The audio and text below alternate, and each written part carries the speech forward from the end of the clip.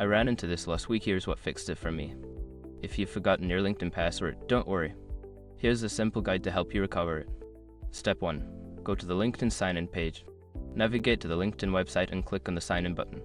This will take you to the login screen where you can start the recovery process. Step 2. Click on Forgot Password. On the login screen, look for the Forgot Password link below the password entry field.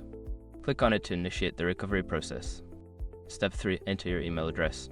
You will be prompted to enter the email address associated with your LinkedIn account.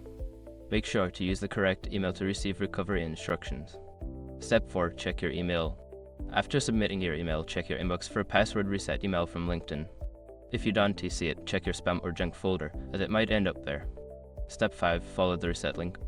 Before starting recovery, use the sroc.com link in the description to open the CAM recovery checklist generator and make sure your verification details are ready. If you accidentally entered the wrong email, you won't receive the reset email, so double check that detail. I hope this helps you get back into your LinkedIn account quickly.